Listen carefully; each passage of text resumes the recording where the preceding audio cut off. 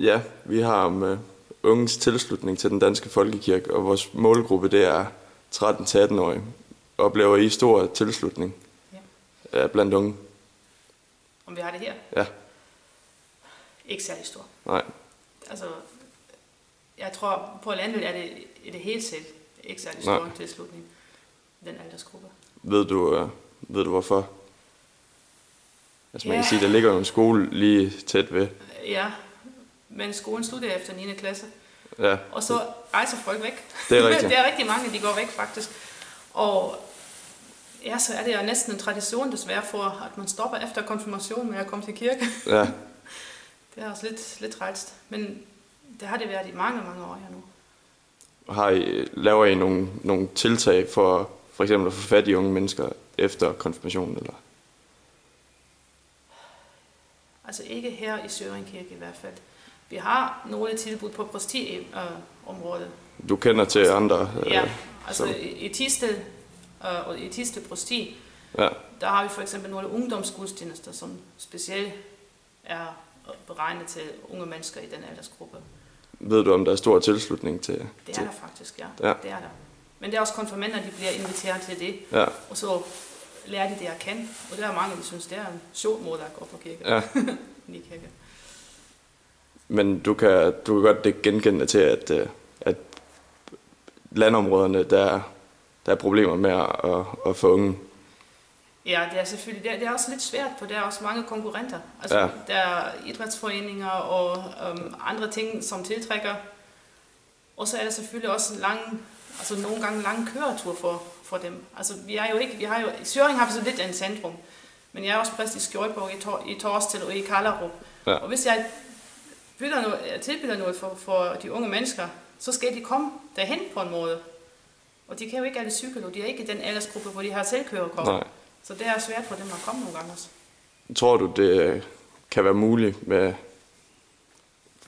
med forandringer i kirken at få? Det tror jeg bestemt. Jeg tror, hvis man for eksempel går sammen med andre foreninger, som vi gør det for eksempel med første lavnsgudstjenester. Ja. Der arbejder vi jo sammen med gymnastikforeningen. Så der er først gudstjeneste i kirken, og bagefter går de over og slår katten i tønden i gymnastiksalen. Og så er der nogle samarbejdsmåler. De kan selvfølgelig skabe, at der er også unge, der er lidt mere interesseret i det at komme. Ser du, at det er sådan nogle tiltag, som skal promovere kirken fremover? At det er sådan nogle tiltag, der skal få unge til at komme? Samarbejde? Ja, og det er den vej, kirken skal gå. Ja, det vil være rigtig dejligt, hvis man kan gøre det. Men det kræver selvfølgelig også, at præsten og menighedsrådet og alle er lidt åben for hinanden og prøver at finde sammen på den måde. Vi er kommet op med en hypotese om, at kirkens udvikling er gået lidt i stå i forhold til det moderne samfund. Ja. Kan det skyldes, at der nu er sådan en kløft imellem unge og kirken? Fordi når man tænker tilbage, så var der jo stor tilslutning engang fra unge også. Altså det har svinget altid meget, tror jeg, om der var en stor tilslutning. Altså det har meget med traditioner at gøre selvfølgelig også. Ja. Og altså hvis man ikke er mere vant til at komme til kirke, så synes man selvfølgelig, at kluften er meget større.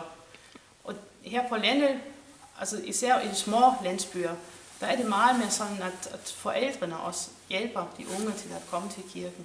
Og der har vi lidt større tilslutning end i en lidt større zone, som i Søringe for eksempel. Søringe er lidt større, og der kan man godt mærke, at den traditionelle gang i kirken, at være med i kirken, eller i spejdergrupperne, eller sådan noget, den er ikke mere så stor. Nej. Det er helt klart. Nu er der jo alt sådan noget New Age, altså der er mange former for at være spirituelle og sådan noget der. Ja. Gør de mere for at komme ud til unge mennesker? Er det noget, du har kendskab til? Jeg har i hvert fald kendskab til det, men det spiller ikke en rolle her. Nej. Ikke her i den område, tror jeg. Nej, det er... Slet ikke.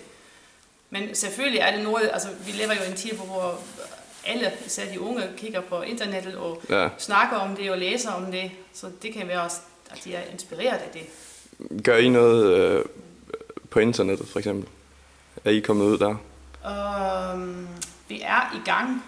I har projekter i gang? Og prøver at lave en internetside her til, altså en hjemmeside. Ja, okay. Men det er først i de første trin, vi er nu. Ja, okay. Men det skal jeg komme i hvert fald. Ja, men det er jo også en måde at kunne... Ja, det er meget vigtigt. Ja. Det er meget vigtigt. Altså jeg prøver også, at når jeg har konfirmandundervisning for eksempel, at jeg holder lidt kontakt uden for de almindelige timer med mine konfirmander gennem sms eller sådan noget, og send lige noget, eller gør dem lige noget, eller sådan noget. Så.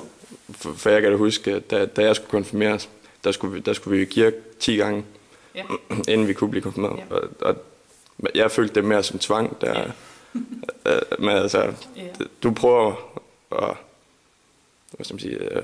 lede dem positivt hen, altså, så de ikke føler, det er tvang. Ja, jeg synes også, det er jo et spørgsmål, hvornår kommer man til kirke?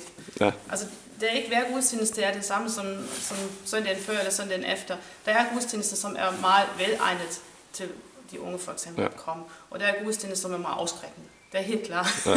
Hvis man ikke er vant til, hvad der foregår i kirken, og kommer bare til en almindelig højmesse, så sidder man der og aner ikke en død, hvad der sker, og det er frygteligt dødskedeligt det hele. Men hvis man kommer ind på en måde, hvor man skridt efter skridt bliver ført ind i det, hvad der sker, eller kommer specielt først til ungdomsgudstjenester, eller til familiegudstjenester, hvor der er lidt mere på et niveau, som de også kan forstå, hvor de kan være med, og så bagefter kommer til de andre gudstjenester også, så kan det jo i hvert fald hjælpe lidt. Hvis vi nu ser lidt fremad i tiden, tror du så stadigvæk, der er brug for den danske folkekirke i det danske samfund? Det tror jeg helt bestemt. Ja. Det tror jeg helt bestemt. For vi har noget at tilbyde i en kirke, som fodboldforeningen for eksempel ikke kan tilbyde. Og det er al den åndelige dimension, vi har. Ja. De der overgangsriter, vi tilbyder. Og vi sætter signal på, og vi gør noget med det. Så det er noget, altså, det er jo stadigvæk, at de allerfleste vil blive viet til i kirken for eksempel, i stedet for andre steder. I hvert fald på landet. For jeg synes, det er noget, det giver noget. Ja.